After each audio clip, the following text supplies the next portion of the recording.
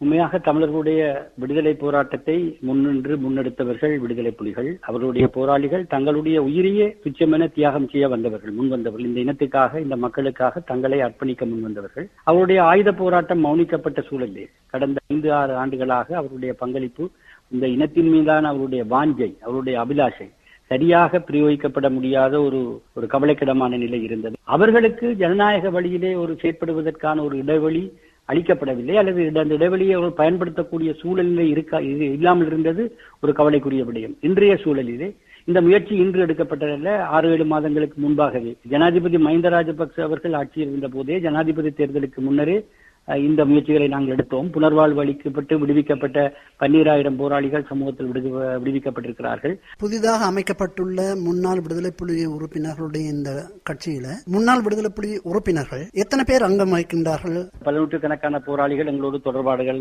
செய்திருக்கிறார்கள். இன்று எங்களுடைய அறிக்கையிலே நாங்கள் குறிப்பிட்டிருக்கிறோம், பல்வேறு மாவட்டங்களில் இருந்தும் மூத்த தளபதிகள், அவருடைய பிரதிநிதிகள் பங்கு பெற்றிருக்கிறார்கள் என்று. 12,000 போராளிகள் சமூகத்துக்குள் புனர்வாழ்வு அளிக்கப்பட்டு விடப்பட்டிருக்கிறார்கள். அவர்கள் மகளிர்கள் இருக்கிறார்கள். அவர்கள் பலர் தங்களுடைய பெயர்களை நேரடியாக உடனடியாக வெளிப்படுத்தக்கூடிய நிலையில் இல்லை என்றாலும் அவர்கள் எல்லோரும் எங்களோடு தொடர்பாடல்கள் இருக்கின்றார்கள். இன்றைய கூட்டத்துக்கு வந்த பலர் அடுத்து வரும் வாரங்களிலே பகிரங்கமாக கூட்டங்களுக்கு வருவார்கள். அதுவரை நாங்கள் அந்த தொகை இலக்கங்களை வெளியிடுவதை தவிர்த்துக் கொள்வது நல்லது என்று நினைக்கிறேன். இன்றைய அரசியல் சூழல்ல இந்த மாதிரியாக விடுதலை புலிகள், அதாவது முன்னாள் விடுதலை புலி உறுப்பினர்கள் ஒன்றிணைவது தென்பகுதியிலும் பாதிப்பை ஏற்படுத்தாதா?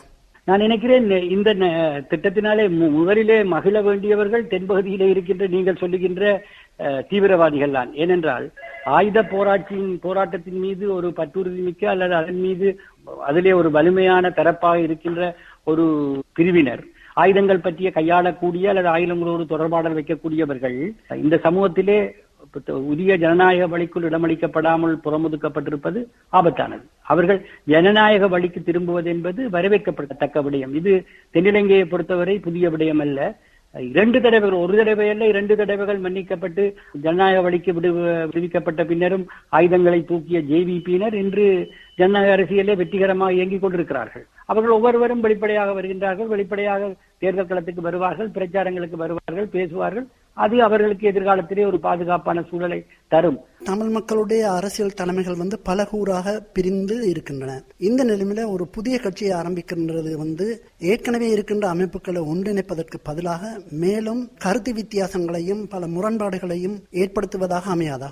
ஜனநாயகத்தில முக்கிய பங்கே ஒவ்வொருவரும் தன்னுடைய பங்களிப்பை வெளிப்படுத்துவது. நீங்கள் சொல்லுகின்ற இந்த பல தரப்பினரும் ஒரு தரப்பாக கட்டி வைத்திருந்தவர்களே, கட்டுறுதியான அமைப்பாக உருவாக்கியவர்களே இந்த விடுதலை புலிகள் தான், அந்த போராளிகள் தான். அதை வெளிப்படுத்தியவர்கள் இன்று வந்திருக்கிறார்கள். நான் நினைக்கிறேன் அவர்களுடைய பிரசன்னம், அவர்களுடைய பங்களிப்பு தமிழ் அரசியல் கட்சிகளை என்ன காரணத்துக்காக பிரிந்திருக்கின்ற குழப்பமான நிலையில இருக்கின்ற விடயங்களுக்கு காரணமாக இருக்கின்றதோ அவற்றை நீக்கி அவர்களை எல்லாம் ஐக்கியப்படுத்துகின்ற அல்லது ஒரு புதிய அரசியல் கலாச்சாரத்தை நோக்கி, ஜனநாயக எழுச்சியை நோக்கி நகர்வதற்கான ஆரம்பம். தமிழ் தேசிய கூட்டமைப்பில் முன்னாள் போராளிகளான விடுதலை புலிகளை அவர்கள் எந்த அளவில் ஏற்றுக்கொள்வார்கள் என்று நீங்க எதிர்பார்க்கிறீங்க?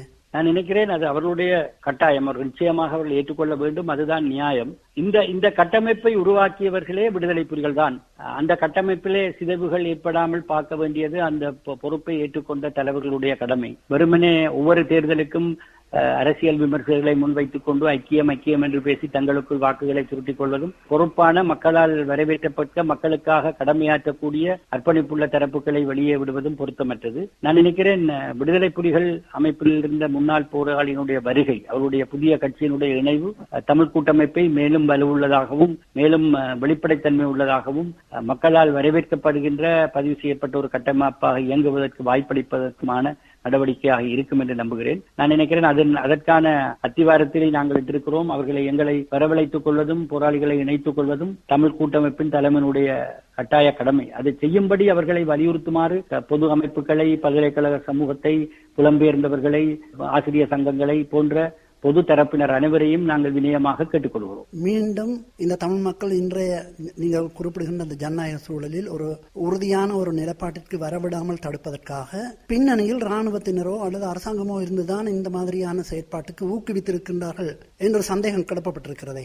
நான் நினைக்கிறேன் இலங்கையில் எடுக்கப்படுகின்ற ஒவ்வொரு நடவடிக்கைகளுக்கும், அரசியல் நடவடிக்கைகளுக்கும் இவ்வகை பின்புலமான கருத்துக்களை கூறுகின்ற ஒரு கீழ்த்தரமான ஒரு அரசியல் அநாகரிகம் விமர்சகர்கள் மத்தியிலே இருந்து எழுந்து வருவது வருத்தத்துக்குரியது. முதலாவது, நாங்கள் எங்களுடைய கூட்டத்தின் முடிவிலே விட்ட அறிக்கையிலே ஐக்கியமாக செயற்படுவதற்கான இரு கரங்களை விரித்து தமிழ் கூட்டமைப்பை நோக்கி அழைப்பு விடுத்திருக்கிறோம். அவர்களை எங்களை நோக்கி இணைத்துக் கொள்ளுங்கள் என்று சொல்லுகின்றோம். அதை எவ்வாறு ராணுவத்தினுடைய பின்புலம் அல்லது அரசினுடைய பின்புலம் அல்லது எதிரணியினுடைய பின்புலம் என்று கூறு வருத்தப்படுத்துவது ஒரு வலிமையான தரப்பினுடைய எழுச்சியை ஆரம்பத்தில் மழுங்கடிப்பதற்கான எத்தனமாகவே பார்க்கிறேன். கூட்டமைப்புக்குள்ளே இவர்கள் இணைத்துக் கொள்வது கூட்டமைப்பு தலைமையினுடைய கட்டாய கடமை. அவர்களை ஒன்றிணைத்தவர்களே இவர்கள்தான். ஆகவே அதை செய்யும்படி அவர்கள் கேட்கிறார்கள். அதை செய்வதன் மூலம் தாங்கள் தூயவர்கள் உங்களோட சேர்ந்து ஐக்கியமாக செயற்பட தயாராக இருக்கின்றோம் என்று அவர்கள் நிரூபிக்க முயல்கிறார்கள். அவர்களை ஏதோ ஒரு பின்புலம், தொடர்பில்லாத பின்புலத்தோடு அர்த்தப்படுத்தி தொடர்புபடுத்துவது நான் நினைக்கிறேன் இலங்கையினுடைய அரசியல் விமர்சனத்தினுடைய அநாகரிகத்தனம் என்று கருதுகிறேன்.